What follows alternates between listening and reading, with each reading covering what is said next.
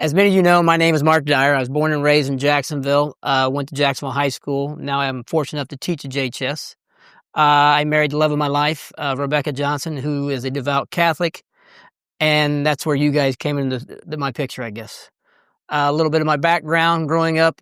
We would go to a small Christian church in Concord with my grandparents. My grandmother never missed a service. Any day of the week, she was there. I was involved in the church and had an amazing faith and belief. After my grandparents passed, going to that little white church pretty much stopped.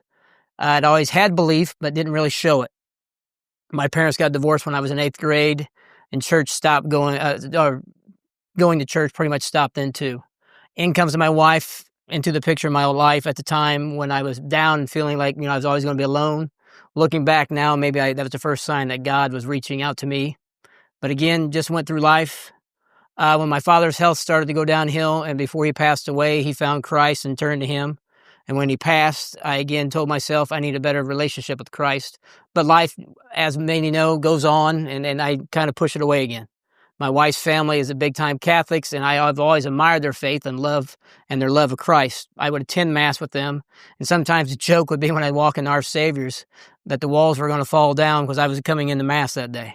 I just kind of blow it off and kind of laugh. I would again tell myself I need a better relationship with Christ. Making the Masses got less and less to the point I didn't go anymore with my wife. And I finally got to the point I felt a little lost. I teach at JHS. Used to teach history for my first 15 years. I made a crazy switch, some think. I took over the Ag and FFA program.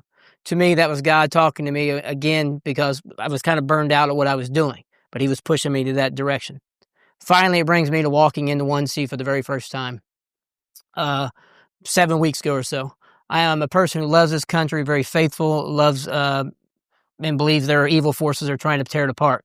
The events of Charlie Kirk being assassinated had me reach out to a few who I attend 1C, who I consider close friends, Joey Dione and Brent Heaton.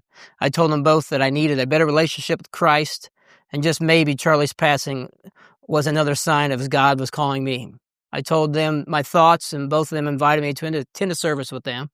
I felt like a kid on his first date, had nerves, was worried about what others were going to think and say, but I was greeted with smiles. Those that know me came up to me and welcomed me.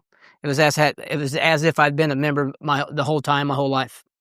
I can't say how happy I am that I made the choice to start coming to 1C and give my life over to Christ, with me being baptized today.